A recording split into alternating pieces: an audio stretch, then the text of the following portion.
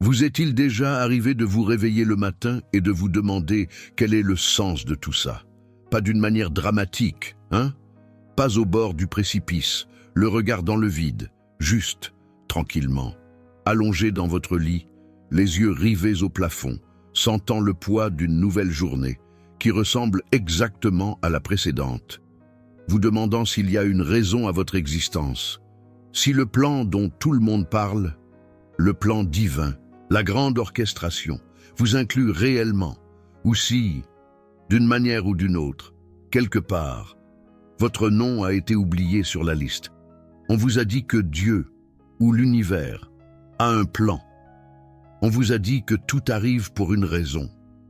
On vous a dit que votre vie a un but, que vous avez été placé ici sur cette terre avec une mission spécifique, et que si vous priez assez fort et que vous croyez assez profondément, ce but se révélera. Mais il ne s'est pas révélé, et vous commencez à vous demander si ça arrivera un jour, si vous avez déjà ressenti ça, si vous portez le poids silencieux d'une vie qui vous semble aller nulle part, alors que tout le monde autour de vous semble savoir exactement où il va. Alors, je vous invite à rester avec moi. Parce qu'Albert Einstein, l'esprit le plus brillant du XXe siècle, a ressenti exactement la même chose. Et ce qu'il a découvert sur le sens de la vie, sur l'existence d'un plan, sur la raison pour laquelle certains d'entre nous se sentent perdus, même lorsqu'ils font tout bien, est quelque chose qui, je crois, peut changer votre façon de voir votre propre existence, pas la réparer, la changer. Il y a une différence. Et Albert Einstein comprenait cette différence mieux que quiconque. Mais avant de vous dire ce qu'Albert Einstein a trouvé, je dois vous dire ce qui, selon lui, était faux. Ce qu'on vous a enseigné sur le but et qui n'a jamais été tout à fait vrai. Et pourquoi ce mensonge, même s'il était bien intentionné, est peut-être la chose même qui vous bloque. On vous a appris que le but est quelque chose que l'on trouve, comme un trésor enfoui, que quelque part, dans un métier, dans une relation ou dans un moment de révélation, votre but vous attend, et que lorsque vous le trouverez, tout s'emboîtera, la confusion se dissipera, l'agitation prendra fin, vous saurez enfin pourquoi vous êtes ici. C'est ce qu'on vous a enseigné. Albert Einstein aurait dit que c'était faux, pas cruel, pas malhonnête, mais fondamentalement, structurellement, profondément fausse, d'une manière qui compte plus que la plupart des gens ne le réalisent. Parce que l'idée que votre but est une chose que vous trouvez implique qu'il existe déjà, qu'il a été placé quelque part avant votre arrivée, que quelqu'un, Dieu, le destin ou l'univers a décidé de ce pourquoi vous étiez fait et a caché la réponse là où vous devriez la chercher. Et si vous croyez ça, alors chaque instant où vous ne l'avez pas trouvé ressemble à un échec.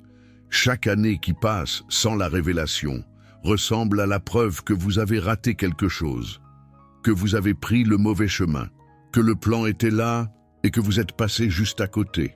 Albert Einstein connaissait ce sentiment, pas parce qu'il manquait de but. Selon les critères que le monde utilise pour mesurer de telles choses, Albert Einstein avait plus de but que presque quiconque ait jamais vécu. Il a remodelé la compréhension de l'univers par l'humanité. Il a remporté le prix Nobel. Son nom est devenu synonyme de génie. Mais il y a eu des années, de longues périodes, où rien de tout cela ne semblait suffire. Quand Albert Einstein s'asseyait à son bureau et fixait des équations qui refusaient de coopérer et se demandait si toute cette entreprise valait la peine.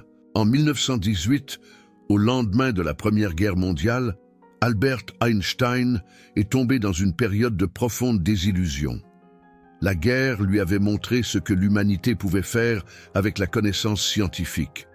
Les mêmes principes qui révélaient la beauté du cosmos pouvaient être utilisés pour construire des armes. La même intelligence qui cartographiait la courbure de l'espace pouvait être orientée vers la destruction. Et Albert Einstein, qui avait passé sa vie à croire que la recherche de la connaissance était la plus haute vocation, s'est demandé si cette croyance n'était pas naïve.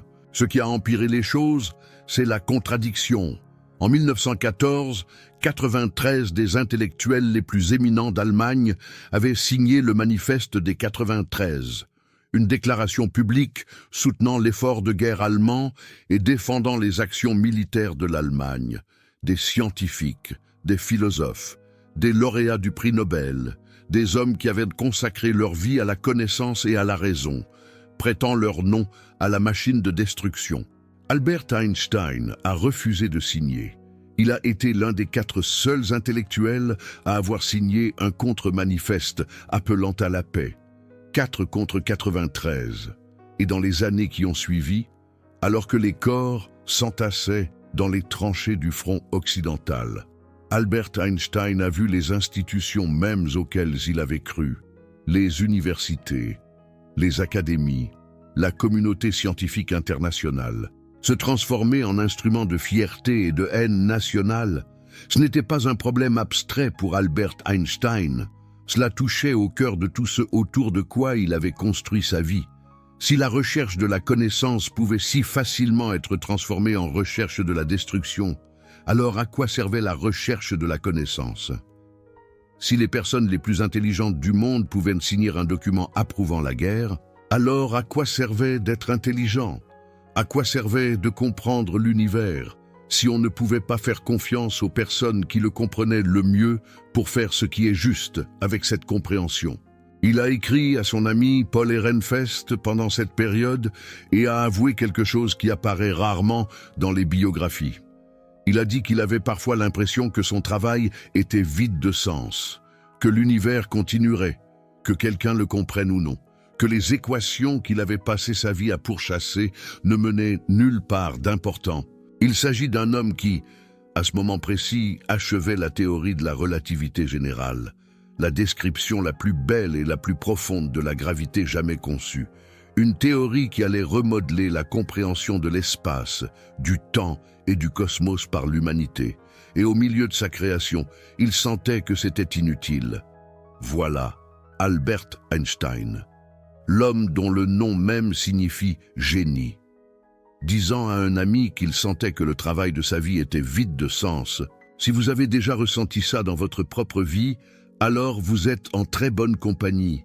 Et voici ce qu'on ne vous dira pas dans la prédication du dimanche ou dans le séminaire de développement personnel. Albert Einstein n'a pas surmonté ce sentiment en trouvant son but. Il ne l'a pas chassé par la prière. Il ne s'est pas réveillé un matin avec une soudaine clarté sur la raison pour laquelle il était ici. Ce sentiment est venu et reparti pour le reste de sa vie. Il a vécu aux côtés de la brillance, il a partagé une pièce avec le génie, et le fait qu'il ne soit jamais complètement parti est, je crois, l'une des choses les plus importantes que nous pouvons apprendre de lui, parce que cela signifie que se sentir sans but n'est pas un signe que quelque chose ne va pas chez vous. C'est un signe que vous êtes attentif, que vous êtes assez honnête pour remarquer l'écart entre ce qu'on vous a promis et ce que vous vivez réellement. Et cette honnêteté, aussi douloureuse soit-elle, est le début de quelque chose de réel. Il y a eu un moment spécifique qui a changé les choses pour Albert Einstein. Pas un coup de foudre, pas un buisson ardent, quelque chose de plus discret, quelque chose qui s'est passé dans une chambre d'hôtel à Tokyo en 1922. Incroyable, non? Albert Einstein était en tournée de conférences au Japon. Il venait d'apprendre qu'il recevrait le prix Nobel de physique. Selon toutes les mesures extérieures, c'était le sommet de sa carrière, la plus haute reconnaissance que le monde scientifique pouvait offrir. La confirmation que son travail avait de l'importance, que son objectif avait été atteint. Et pourtant, dans cette chambre d'hôtel, dans les heures qui ont suivi l'annonce, Einstein ne se sentait pas comblé. Il se sentait agité. Il sentait quelque chose le ronger, quelque chose que le prix ne pouvait apaiser. Alors, il a fait ce qu'Albert Einstein faisait toujours quand quelque chose le rongeait. Il a écrit Sur un petit morceau de papier à en-tête de l'autel, de son écriture soignée, Einstein a écrit une note, pas une équation, pas une théorie, une réflexion personnelle, une sorte de confession qui n'était destinée à aucun journal scientifique ni biographie. Il a écrit qu'une vie calme et modeste apporte plus de bonheur que la poursuite du succès combinée à une agitation constante. Relisez ça. L'homme qui venait de gagner le prix Nobel, l'homme que le monde entier célébrait, a écrit que la poursuite du succès apporte de l'agitation. Pas du bonheur, de l'agitation. Il ne faisait pas preuve d'humilité. Il était honnête. Il avait poursuivi le succès et il l'avait atteint. Et il vous disait, de l'autre côté, que ce n'était pas la réponse, que le plan que la plupart des gens poursuivent, le plan de la réussite, de la reconnaissance et de la preuve de votre valeur au monde, mène à un vide très spécifique. Le vide d'obtenir ce que vous vouliez et de découvrir que vous vouliez la mauvaise chose. C'est la première fissure dans l'histoire qu'on vous a racontée sur le sens de tout ça. L'idée que le but est d'accomplir quelque chose, d'être quelque chose, de remplir un grand destin qui justifie votre existence. Pensez à ce que cette histoire fait à une personne. Si vous croyez que votre but est de réaliser quelque chose de grand, alors chaque jour ordinaire est un échec. Chaque matin où vous vous réveillez et vivez simplement, mangez, respirez, parlez aux gens autour de vous et allez vous coucher, vous avez l'impression de le gâcher parce que vous étiez censé construire quelque chose. Vous étiez censé travailler sur le plan. Et si le plan ne s'est pas concrétisé, si la grande réalisation n'est pas arrivée, alors vous devez être en retard. Albert Einstein voyait cela dans les lettres que les gens lui écrivaient. Dans les années 30 et 40, il recevait des milliers de lettres par an de gens ordinaires du monde entier. Des gens qui avaient entendu dire qu'il était l'homme le plus intelligent du monde et qui pensaient que peut-être, si quelqu'un pouvait répondre à la question, ce serait lui. Pourquoi suis-je ici? Quel est le sens de tout ça? Dieu, l'univers, a-t-il un plan pour moi? Et si oui, pourquoi ne puis-je pas le voir? Les lettres lui brisaient le cœur, pas parce que les questions étaient stupides, mais parce qu'il pouvait y entendre la même angoisse qu'il avait ressentie lui-même. L'angoisse des gens à qui on avait donné un beau mensonge et qui n'arrivaient pas à comprendre pourquoi la réalité refusait de s'y conformer. Il a écrit à la reine Élisabeth de Belgique, l'une de ses amies les plus proches dans ces dernières années, qu'il en était venu à croire que la recherche de la vérité et de la compréhension est l'un des objectifs les plus élevés qu'une personne puisse poursuivre. Mais il faisait attention à ses mots.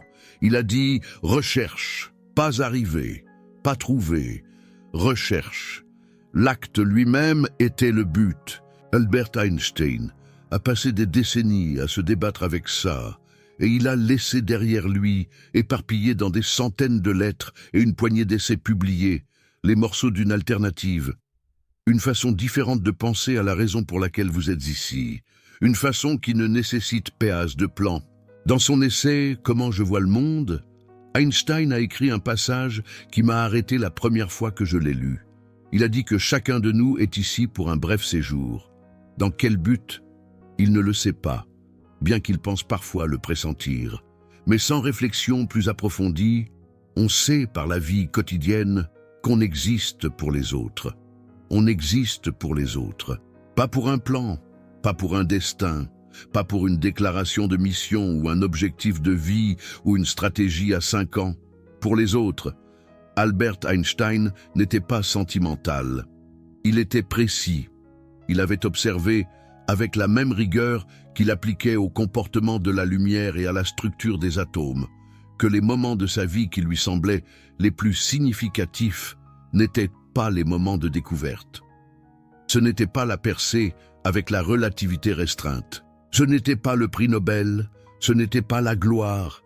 Les moments qui lui semblaient les plus significatifs étaient les moments de connexion. Les conversations avec Michel Bessot qui duraient des heures à arpenter les rues de Berne après le travail. 2 jeunes hommes se disputant sur la physique, la philosophie et la nature du temps. Einstein a déclaré plus tard qu'il n'aurait pas pu développer la théorie de la relativité restreinte sans ces conversations. Pas parce que Bessot lui avait donné les équations, mais parce que l'acte de tendre vers un autre esprit, d'essayer de se faire comprendre, d'écouter une autre perspective et de sentir le fossé entre deux personnes se réduire. Cet acte lui-même était l'endroit où la pensée se produisait. Le sens n'était pas dans la théorie. Le sens était dans le fait de tendre la main. Et puis il y avait Maya, la sœur cadette d'Albert Einstein, qui a subi un accident vasculaire cérébral dévastateur en 1946 qui l'a laissé alité et incapable de parler. Pendant les 5 dernières années de sa vie, Einstein lui lisait tous les soirs. Il s'asseyait à côté de son lit et lisait à voix haute des romans, de la poésie, des articles, tout ce qui, selon lui, pouvait l'atteindre derrière le silence. Elle ne pouvait pas répondre. Elle ne pouvait pas lui dire si elle entendait ou comprenait, mais il lisait quand même, tous les soirs, sans faute, parce que l'acte de lui lire, l'acte d'être présent à quelqu'un qui ne pouvait rien lui donner en retour, était en lui-même le sens. Il n'avait pas besoin de mener à quoi que ce soit. Il n'avait pas besoin de produire des résultats. C'était suffisant. Le sens de tout ça, Einstein l'a découvert, n'est pas une destination, c'est une direction. Et la direction est toujours vers les autres. Je dois faire une pause ici et vous dire quelque chose de personnel. Parce que je ne veux pas que vous pensiez que je prêche cela depuis un lieu de certitude. Ce n'est pas le cas. Il y a eu une période dans ma vie, il y a environ 7 ans, où j'ai complètement perdu mon sens de tout ça. Pas de façon dramatique, progressivement. Comme une marée qui se retire si lentement que vous ne remarquez pas que l'eau a disparu jusqu'à ce que vous vous teniez sur le sable sec. J'avais pris ma retraite, mes enfants avaient grandi, ma femme et moi nous étions installés dans une routine confortable, mais qui ne semblait plus mener nulle part. Chaque jour se ressemblait, et j'ai commencé à sentir cette terrible question silencieuse qui se pressait contre l'intérieur de ma poitrine. À quoi sers-je? Que fais-je ici? Quel est l'intérêt de se lever demain si demain sera exactement comme aujourd'hui? Je ne l'ai dit à personne, les hommes de ma génération ne parlent pas de ces choses-là. On nous a appris que le sens de tout ça vient du travail, de subvenir aux besoins, d'être utile. Et quand le travail cesse, quand tu as fini de subvenir aux besoins, quand plus personne n'a besoin de ton utilité, tu es censé être reconnaissant. Tu es censé profiter du reste. Mais je n'y arrivais pas, parce que ce reste me semblait vide. Et ce vide sonnait comme un verdict, comme si Dieu, l'univers, ou quelle que soit la force qui régit les choses, avait examiné ma vie et décidé que j'étais arrivé au bout, que le plan, s'il y en avait jamais eu un, était achevé et que je ne faisais qu'attendre. Le pire, c'était de faire semblant, sourire lors des repas de famille, dire que j'allais bien quand Élise me le demandait, acquiescer quand mes amis parlaient des joies de la retraite, de la liberté, des loisirs, du temps enfin trouvé pour faire ce qu'on veut. Moi, je ne voulais rien. C'était ça, le problème. Pas que je n'ai plus rien à faire. J'avais épuisé toutes les raisons de le faire, et je ne pouvais en parler à personne. Parce qu'avouer qu'on se sent inutile à 67 ans, ça ressemble à de l'ingratitude. On dirait qu'on se plaint d'une vie que beaucoup envieraient. Alors je gardais ça à l'intérieur, où ça devenait de plus en plus lourd chaque jour, jusqu'à ce que certains matins, le simple fait de m'habiller me semble être un exploit. C'est à cette période que j'ai découvert les écrits d'Albert Einstein.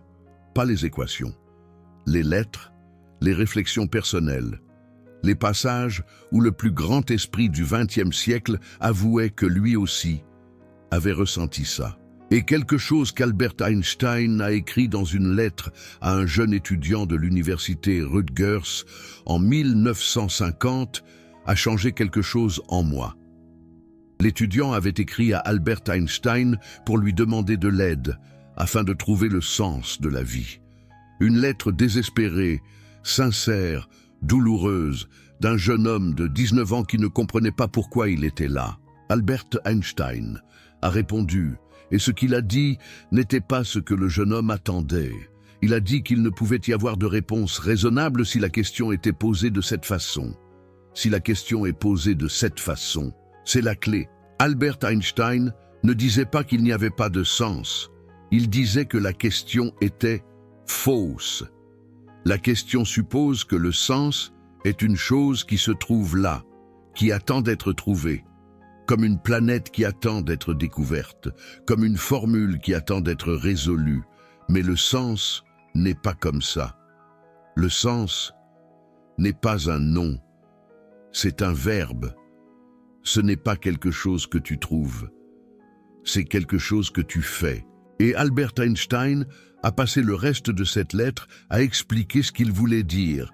Il a dit que le but de l'existence humaine, dans la mesure où il peut être défini, est de créer de la satisfaction pour nous-mêmes et pour les autres, pas de trouver la satisfaction, de la créer. Cette distinction entre trouver et créer est la chose la plus importante qu'Albert Einstein ait jamais dite sur le sens de la vie. Et c'est la chose que la plupart des gens manquent complètement. Parce que si le sens est quelque chose que tu crées, alors tu ne peux pas échouer à le trouver. Tu peux seulement échouer à le créer. Et tu le crées, non pas par de grandes réalisations ou des révélations divines, mais par les actes les plus simples possibles. Par la gentillesse, par l'attention, par le fait d'être présent à la personne en face de toi, par l'acte silencieux, banal, et pourtant sacré, d'exister pour les autres. Et voici où Albert Einstein a perçu quelque chose de troublant, quelque chose qui l'a ébranlé, et qui, quand je l'ai compris pour la première fois, m'a ébranlé aussi. Si le sens est créé par la connexion avec les autres, alors la chose même qui nous fait nous sentir inutiles, l'isolement, la séparation, le sentiment d'être enfermé dans nos propres têtes sans issue, ce sentiment n'est pas un symptôme de l'inutilité, c'est la cause, l'illusion d'optique de la conscience qu'Albert Einstein a décrite, l'illusion que nous sommes séparés du reste de l'univers. Cette illusion ne cause pas seulement la solitude, elle cause l'inutilité. Parce que quand tu te sens séparé, tu ne peux pas créer de sens. Le sens n'existe que dans l'espace entre toi et une autre personne. Il ne peut pas exister à l'intérieur de toi seul. Albert Einstein a écrit à ce sujet dans l'une de ses lettres les plus célèbres et les moins bien comprises. Un père lui avait écrit après avoir perdu son jeune fils. Le père se noyait dans le chagrin et cherchait une raison, une justification cosmique à la raison pour laquelle son enfant avait été enlevé. Et Albert Einstein, au lieu d'offrir des platitudes ou des promesses de paradis, a écrit quelque chose de surprenant. Il a dit qu'un être humain fait partie d'un tout, que nous appelons l'univers, une partie limitée dans le temps et l'espace. Il se vit, ses pensées et ses sentiments, comme quelque chose de séparé du reste, une sorte d'illusion d'optique de sa conscience. Cette illusion est une sorte de prison pour nous, nous limitant à nos désirs personnels et à l'affection pour quelques personnes qui nous sont proches. Notre tâche doit être de nous libérer de cette prison en élargissant notre cercle de compassion pour embrasser toutes les créatures vivantes et toute la nature dans sa beauté. Relisez ces mots attentivement. Albert Einstein ne parle pas de solitude. Il parle de l'architecture fondamentale de la conscience humaine. Il dit que la façon dont nous nous percevons, comme des êtres séparés regardant un monde qui n'est pas nous, est une illusion, une prison, et que cette prison est la raison pour laquelle nous nous sentons perdus. Pas parce qu'il n'y a pas de plan, mais parce que l'illusion de la séparation nous empêche d'accéder au sens qui est déjà là, dans les connexions que nous n'avons pas encore établies, dans la compassion que nous n'avons pas encore étendue, dans le cercle que nous n'avons pas encore élargi. C'est pourquoi la retraite me semblait vide, non pas parce que je n'avais pas de plan, mais parce que les connexions qui avaient donné un sens à ma vie, les collègues, les interactions quotidiennes, le sentiment d'être tissé dans quelque chose de plus grand que moi, ces connexions s'étaient amincies, et sans elles, le sens ne pouvait pas être créé. Il n'avait pas de matière à travailler. Et c'est pourquoi, je crois, tant de gens se sentent inutiles, même au milieu de vies bien remplies. Tu peux être entouré de gens et te sentir toujours séparé. Tu peux avoir un travail et une famille et un calendrier rempli et sentir quand même que ta vie n'a pas de sens. Parce que la séparation ne concerne pas le fait d'être seul dans une pièce. Il s'agit d'être seul dans sa propre conscience, enfermé dans l'illusion d'optique. Albert Einstein connaissait un moyen de sortir de cette prison, élargir le cercle de compassion, pas trouver votre but, élargir votre cercle. La différence est absolument tout. Une vie dirigée principalement vers la satisfaction des désirs personnels. Albert Einstein a écrit « mènera tôt ou tard toujours à une amère déception ». Désir personnel. Cela inclut le désir de trouver votre but. Cela inclut la recherche incessante, les livres de développement personnel, les retraites, les prières pour que Dieu révèle le plan. Tout cela est dirigé vers l'intérieur. Tout cela demande ce qu'il y a pour moi. Pourquoi ai-je été fait? Quel est mon destin? Et Albert Einstein dit, aussi doucement et aussi fermement que seul Albert Einstein pouvait le faire, que la question elle-même est le problème. Que tant que vous chercherez le sens à l'intérieur, vous ne le trouverez pas. Parce que le sens ne vit pas à l'intérieur de vous. Il vit entre vous et le monde. Dans une autre lettre, écrite tard dans sa vie, Albert Einstein confiait à un ami que, sans ce sentiment de camaraderie avec des hommes partageant les mêmes idées, sans cette préoccupation pour l'objectif, cet éternel inatteignable dans le domaine de l'art et de la recherche scientifique, la vie lui aurait semblé vide, camaraderie, préoccupation pour quelque chose de plus grand que soi, la poursuite de quelque chose d'éternellement inatteignable. Voilà la formule d'Albert Einstein pour donner un sens à la vie. Pas un plan, pas une destinée, pas un moment de révélation divine où le ciel s'ouvre et une voix vous explique pourquoi vous êtes ici. Camaraderie, quelque chose de plus grand que soi, et l'acceptation honnête que vous ne l'atteindrez jamais pleinement. Cette dernière partie est cruciale. L'éternel inatteignable, Albert Einstein n'était pas pessimiste, il était libéré. Car si la chose que vous cherchez à atteindre ne peut jamais être pleinement saisie, alors vous ne pouvez jamais échouer. Vous ne pouvez jamais prendre de retard. Vous ne pourrez jamais regarder votre vie et dire « je suis passé à côté ». Parce que ce n'était jamais quelque chose qui pouvait être attrapé. C'est quelque chose qui ne peut qu'être poursuivi. Et la poursuite, c'est le sens, c'est l'opposé de ce qu'on vous a dit. On vous a dit que le but était une ligne d'arrivée, qu'un jour vous la franchiriez et vous sauriez pourquoi vous étiez là. Albert Einstein dit que le but est la route elle-même, et la route n'a pas de fin, et ce n'est pas une tragédie, c'est un cadeau, parce que cela signifie que tant que vous marchez, tant que vous tendez la main vers quelqu'un, tant que vous élargissez le cercle, même d'une fraction, vous accomplissez votre but, non pas parce que Dieu l'a prévu, non pas parce que l'univers l'a assigné, mais parce que vous le créez, pas après pas, personne après personne, moment après moment. Si vous êtes quelqu'un qui attend que son but arrive, si vous avez prié pour que Dieu révèle le plan, si vous êtes resté éveillé la nuit en vous demandant pourquoi tout le monde semble savoir ce qu'il fait alors que vous vous sentez perdu, alors je dois vous dire quelque chose. Cette chaîne existe parce que j'étais vous. J'étais allongé éveillé. J'attendais. Je demandais à Dieu un plan et je ne recevais que le silence. Et puis j'ai trouvé Albert Einstein. Pas les équations, les lettres, les confessions calmes, honnêtes, vulnérables, d'un homme qui avait toutes les raisons de se sentir utile et qui luttait encore contre le même vide que vous et moi connaissons si bien. Si ce travail a compté pour vous, si entendre ces mots a un peu allégé le fardeau, le bouton « Super merci » est là, mais ce qui compte le plus pour moi, c'est que vous soyez ici, que vous écoutiez, que l'espace entre nous en ce moment, ce fil invisible de questionnement partagé, soit lui-même un acte de sens. Nous le créons ensemble, maintenant, simplement en étant présents l'un à l'autre. Voici ce que je veux vous laisser. Pas une réponse, Albert Einstein n'a jamais prétendu avoir de réponse quand il s'agissait du sens de la vie. Il avait quelque chose de mieux. Il avait la bonne question.